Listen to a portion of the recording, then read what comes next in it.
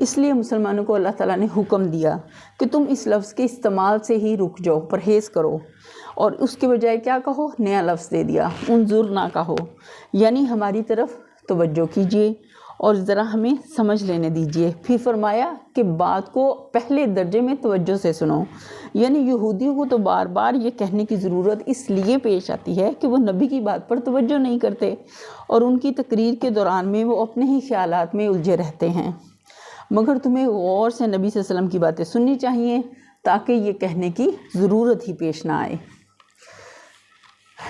پھر اللہ تعالیٰ نے اس آیت میں بتا بھی دیا کہ جو کافر ہیں یا جن کے دلوں میں کھوٹ ہے، جو نبی صلی اللہ علیہ وسلم سے اندر ہی اندر دشمنیاں پالتے ہیں اور نبھاتے ہیں، اور وہ صرف نبی صلی اللہ علیہ وسلم کے دشمنی بلکہ وہ اللہ سے کہہ لیں کہ اللہ کے ساتھ اعلان جنگ کرتے ہیں، تو پھر اللہ ان کے لیے کافی ہے۔ اللہ نے ان کے لیے خبر کیا دے دی کہ ان کے لیے دردناک عذاب ہے۔ اس کی شدت کتنی ہو سکتی ہے ہم اس کو امیجن نہیں کر سکتے، کہ ہمیشگی کے لیے جہنم کا عذاب، جلنے کا عذاب، کہ ایک اس میں روایت میں آتا ہے نا کہ نبی صلی اللہ علیہ وسلم نے بتایا کہ جہنمی جہنم میں جل جل کے اتنے موٹے ہو جائیں گے کہ کان کی لو سے کندھے تک کا فاصلہ 700 میل کی مسافت ہوگا، اور جب جلد پک جائیں گی، قرآن میں آتا ہے کہ جب جلدیں پک جائیں گی تو اللہ تعالیٰ کہتے ہیں کہ میں اور چڑھا دوں گا، کہ جلد جتنی موٹی ہوگی تکلیف اتنی زیادہ ہوگی۔ ریسرچ آج کی ہمیں بتاتی ہے کہ سب سے زیادہ تکلیف ہمیں اپنی سکن پہ ہوتی ہے۔ جب سکن کے سیل ڈیڈ ہو جاتے ہیں تو تکلیف کی شدت میں کمی آ جاتی ہے، لیکن آخرت میں وہ کمی کبھی نہیں ہوگی، وہ کمی بلکہ اس میں مزید اضافہ ہوتا چلا جائے گا۔ اگلی آیت دیکھتے ہیں۔ ما یود الذین کفروا من اہل الکتاب ولا المشرکین ان ینزل علیکم من خیر من ربکم واللہ یختص برحمتہ من یشاء واللہ ذو الفضل العظیم۔ یہ لوگ جنہوں نے دعوت حق کو قبول کرنے سے انکار کر دیا، خواہ اہل کتاب میں سے ہوں یا مشرک ہوں، ہرگز یہ پسند نہیں کرتے کہ تمہاری رب کی طرف سے تم پر کوئی بھلائی نازل ہو، مگر اللہ جس کو چاہتا ہے اپنی رحمت کے لیے چن لیتا ہے، وہ بڑا فضل فرمانے والا ہے۔ کہ جن کے دلوں میں کھوٹ ہے، جن کے دلوں میں بیماری ہے، جو مسلمانوں سے حسد کرتے ہیں، وہ کبھی بھی نہیں یہ چاہتے کہ مسلمانوں کو یا نبی صلی اللہ علیہ وسلم کو کوئی خیر ملے، اللہ کی طرف سے نعمتیں ملیں۔ وہ ان کے اندر حسد، بغض، کینہ بھرا ہوا ہے، جس کی وجہ سے وہ جو خواہ وہ اہل کتاب ہوں یا مشرک ہوں، بالکل بھی پسند نہیں کرتے کہ اللہ کی طرف سے تم پر کوئی بھلائی نازل ہو، مگر اللہ جس کو چاہتا ہے اپنے لیے خاص کر لیتا ہے، اپنی رحمت کے لیے چن لیتا ہے، اور وہ بڑا فضل فرمانے والا ہے۔ اگلی آیت دیتے ہیں۔ ما ننسخ من آیت او ننسها نأتی بخیر منها او مثلها الم تعلم ان اللہ علی کل شیء قدیر۔ ہم اپنی جس آیت کو منسوخ کر دیتے ہیں یا بھلا دیتے ہیں، اس کی جگہ اس سے بہتر لاتے ہیں یا کم از کم ویسی ہی۔ کیا تم جانتے نہیں کہ اللہ ہر چیز پر قدرت رکھتا ہے؟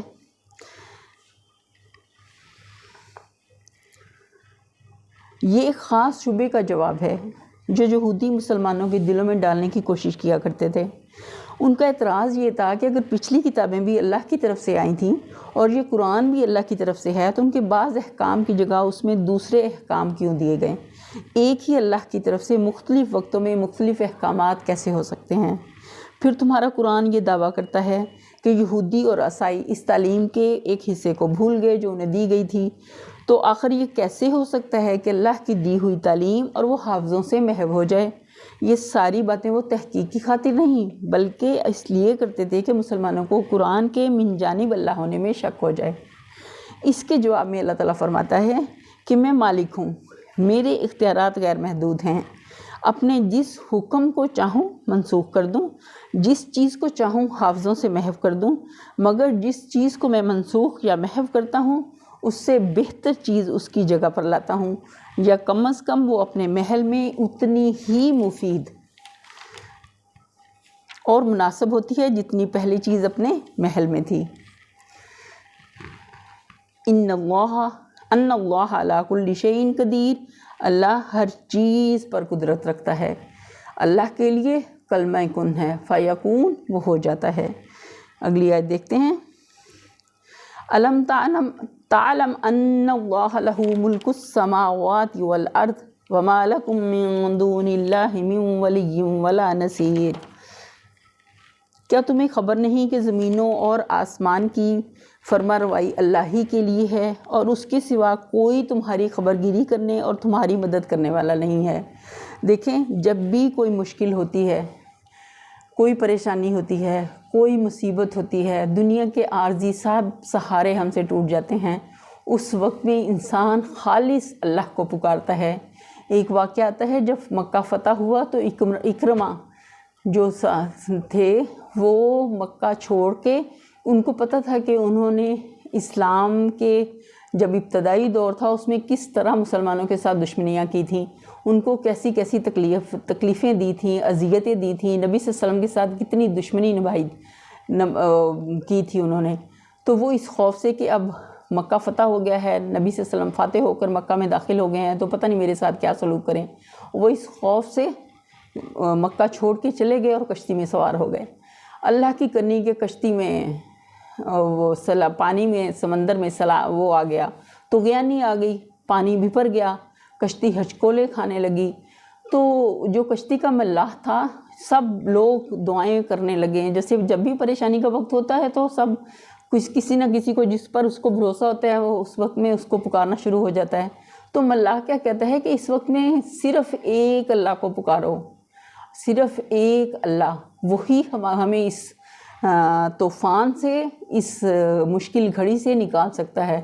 تو اکرمہ کے دل میں اس وقت میں خیال آیا کہ اللہ کے رسول محمد صلی اللہ علیہ وسلم بھی تو ہمیں اسی بات کی دعوت دے رہے تھے کہ ہم ایک اللہ کو پکاریں، تو ہم نے ان کی دعوت پہ کیوں لبیک نہ کہا؟ کیوں میری عقل پہ پتھر پڑ گئے؟ میں نے کیوں نہ نبی صلی اللہ علیہ وسلم کا ساتھ دیا اور ان کے مخالفین میں شامل ہو گیا؟ تو اس وقت میں انہوں نے دل سے دعا کی کہ اللہ اگر تو اس طوفان سے ہمیں بچا لے تو میں ضرور نبی صلی اللہ علیہ وسلم کی ہاتھ پر جا کر اسلام لے آؤں گا۔ اور واقعتاً اللہ نے اس کشتی کو اس طغیانی سے بچایا، اور پھر اکرمہ اسلام لے کے آئے، اور اسلام کے بعد انہوں نے بہت ساری قربانیاں اسلام کے راستے میں دیں۔ تو یہاں بھی اللہ تعالیٰ بتا رہے ہیں کہ اللہ کے سوا فرمانروائی اللہ ہی کے لیے ہے، اور اس کے سوا کوئی تمہاری خبرگیری کرنے والا نہیں ہے اور کوئی تمہاری مدد کرنے والا نہیں ہے۔ ہم سب سے پہلی سورہ جو قرآن کی ہے، ہمیں اس میں بتا دیا گیا ایاک نعبد و ایاک نستعین کرنے کا کام کیا ہے۔ جب بھی کبھی مشکل ہو، کوئی پریشانی ہو، کوئی مصیبت ہو، کوئی آزمائش ہو، صحت میں کوئی گڑبڑ ہو، ہمیں فوراً اللہ سے رجوع کرنا ہے، اللہ ہی کو پکارنا ہے۔ ہر حال میں ہماری سوئی ہر وقت میں اللہ کے ساتھ جڑی رہے، اسی میں ہماری کامیابی ہے کہ کرنے والی ذات اللہ کی ہے۔ اگر ہم اللہ کو پکارتے ہیں تو کیا ہوتا ہے؟ اللہ ہمارے لیے کافی ہو جاتے ہیں، اور جب ہم اللہ کو چھوڑ کر دوسرے ناقص سہارے ڈھونڈتے ہیں تو پھر اللہ بھی ہم سے بے نیاز ہو جاتے ہیں اور ہمیں ان کے حوالے کر دیتے ہیں۔ تو کبھی بھی ایسا نہ ہو کہ نبی صلی اللہ علیہ وسلم نے تو ایک ناکاری چیز جوتے کا تسمہ کے بارے میں بھی فرمایا، اگر وہ بھی تمہیں چاہیے تو اس کے لیے بھی اللہ کو پکارو۔ تو کہاں بڑی بڑی پریشانیاں ہمیں آ جائیں تو ہم ادھر ادھر رشتہ داروں کو ڈھونڈتے پھریں کہ کون ہو جو ہماری مدد کرے اس موقع پہ، اس پریشانی میں سے ہمیں نکال لے، ہماری مالی مدد کرے یا ویسے ہمیں مورل سپورٹ دے۔ تو ہمیں اللہ کو پکارنا ہے تو وہ ہمارے لیے کافی ہو جائیں گے۔ اگلی آیت ہم دیکھتے ہیں۔ ام تریدون ان تسألوا رسولکم کما سئل موسیٰ من قبل ومن یتبدل الکفر بالایمان فقد ضل سواء السبیل۔ کیا تم اپنے رسول سے اس قسم کے سوالات اور مطالبے کرنا چاہتے ہو جیسے اس سے پہلے موسیٰ سے کیے جا چکے ہیں؟ حالانکہ جس شخص نے ایمان کی روش کو کفر کی روش سے بدل دیا وہ راہ راست سے بھٹک گیا۔ یہودی موشگافیاں کر کے طرح طرح کے سوالات مسلمانوں کے سامنے پیش کرتے تھے اور انہیں اکساتے تھے کہ نبی صلی اللہ علیہ وسلم سے یہ بھی پوچھو، یہ بھی پوچھو، یہ بھی پوچھو۔ اس پر اللہ تعالیٰ مسلمانوں کو متنبہ کر رہے ہیں کہ اس معاملے میں یہودیوں کی روش اختیار کرنے سے بچو۔ اس چیز پر نبی صلی اللہ علیہ وسلم بھی مسلمانوں کو بار بار متنبہ فرما رہے تھے کہ کیلوں کال سے اور بال کی کھال نکالنے سے پچھلی امتیں تباہ ہو چکی ہیں، تم اس سے پرہیز کرو۔ جن سوالات کو اللہ اور اس کے رسول نے نہیں چھیڑا ان کی کھوج میں مت لگو، جس چیز کا تمہیں حکم دیا جاتا ہے اس کی پیروی کرو، اور جن امور سے منع کیا جاتا ہے ان سے رک جاؤ۔ دور اذکار کی باتیں چھوڑ کر کام کی باتوں پر توجہ صرف کرو۔ یہی کرنے کا کام ہے، یہی اصل کام ہے کہ اپنے ٹائم کی ہمیشہ حفاظت کریں، اس کو بیکار کی بحثوں میں مت الجھائیں، کہ اپنا قیمتی اثاثہ ہمارا قیمتی اثاثہ ہمارا وقت ہے، تو وہ ایسا نہ ہو کہ وہ ہمارے حق میں حجت بننے کی بجائے ہمارے خلاف حجت بن جائے۔ ہمیں اپنے وقت کی حفاظت کرنی ہے، ایک ایک گھڑی اللہ سے دعا مانگنی ہے کہ اللہ ایک ایک گھڑی تیری عبادت میں گزرے، تیری اطاعت میں گزرے۔ اگلی آیت دیکھتے ہیں۔ وَدَّ كَثِيرٌ مِّنْ أَهْلِ الْكِتَابِ لَوْ يُرُدُّونَكُمْ مِّن بَعْدِ إِيمَانِكُمْ كُفَّارًا حَسَدًا مِّنْ عِندِ أَنفُسِهِم مِّن بَعْدِ مَا تَبَيَّنَ لَهُمُ الْحَقُّ فَاعْفُوا وَاصْفَحُوا حَتَّى يَأْتِيَ اللَّهُ بِأَمْرِهِ إِنَّ اللَّهَ عَلَىٰ كُلِّ شَيْءٍ قَدِيرٌ۔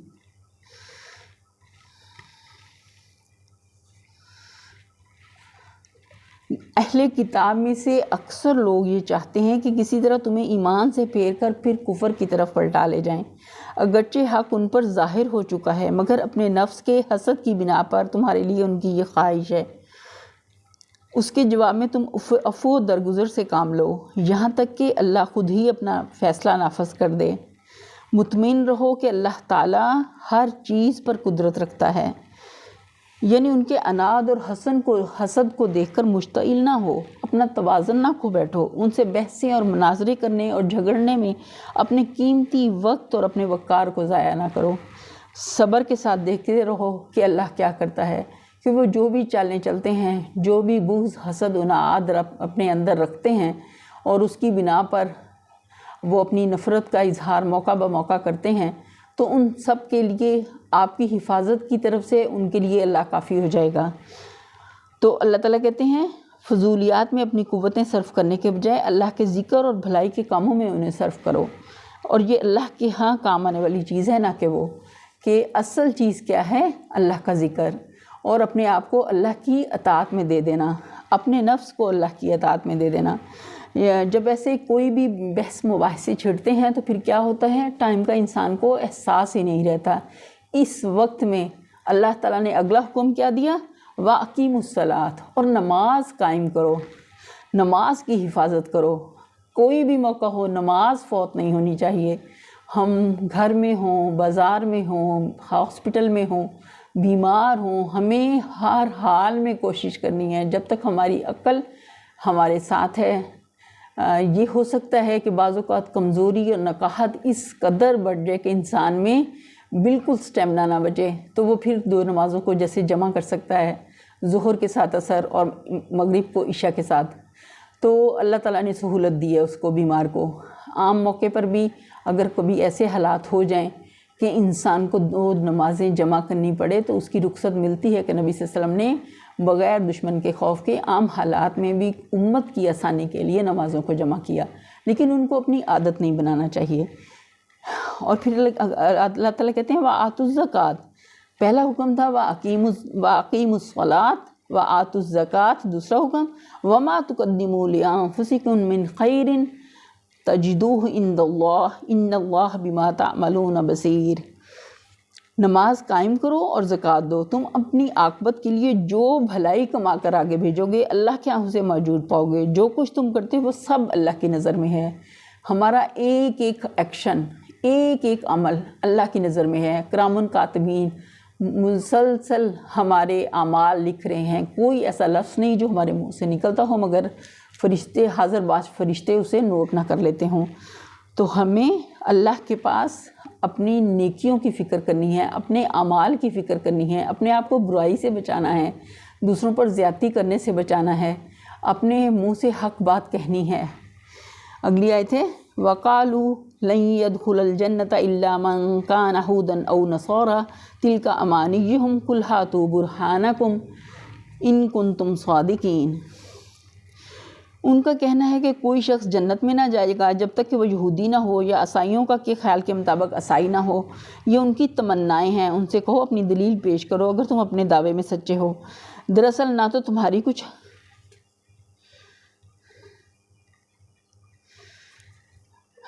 یہ ان کی محض خواہشیں اور آرزوئیں تھیں، مگر وہ بیان اس کو اس طرح کرتے تھے جیسے منعن اسی طرح ہونے والا ہے۔ تو اللہ تعالیٰ نے صاف بتا دیا کہ یہ تمہارا صرف خیال ہے، ایسا کچھ بھی نہیں ہونے والا۔ اگلی آیت میں دیکھتے ہیں بلا من اسلم، اللہ نے بتا دیا وجہہ للہ وہو محسن فلہ اجرہ عند ربی ولا خوف علیہم ولا ہم یحزنون۔ دراصل نہ تمہاری کچھ خصوصیت ہے نہ کسی اور کی۔ حق کیا ہے کہ جو بھی اپنی ہستی کو اللہ کی اطاعت میں سونپ دے، یہ غور طلب بات ہے، جو بھی اپنی ہستی کو اللہ کی اطاعت میں سونپ دے اور عملاً نیک روش پر چلے، اس کے لیے اس کے رب کے پاس اس کا اجر ہے، اور ایسے لوگوں کے لیے کسی خوف اور رنج کا موقع نہیں ہوگا۔ اے باری تعالیٰ تو ہمیں ویسا بنا دے جیسا تجھے پسند ہے، ہم اپنے نفس کو تیری اطاعت میں دے دیں مکمل طور پر، بغیر چوں چراں کیے ہوئے، کبھی بھی اپنی مرضی، اپنی خواہش، اپنے شوق، اپنے رسم و رواج، اپنے آباء و اجداد کی طریقوں کو مت دیکھیں۔ جب حق سامنے آ جائے تو فوراً ہم اپنا سر تسلیم خم کر دینے والے ہوں، بالکل اسی طرح جیسے ابراہیم علیہ السلام نے کیا کہ اللہ نے کہا اسلم تو انہوں نے کہا اسلمت لرب العالمین۔ تو ہمارا بھی یہی رویہ ہونا چاہیے، اللہ تو ہمیں ویسا بنا دے جیسا تجھے پسند ہے۔ یہیں پر ہم اپنے لیسن کا اختتام کرتے ہیں۔ سبحان ربک رب العزت عما یصفون وسلام علی المرسلین والحمد للہ رب العالمین، آمین ثم آمین یا رب العالمین۔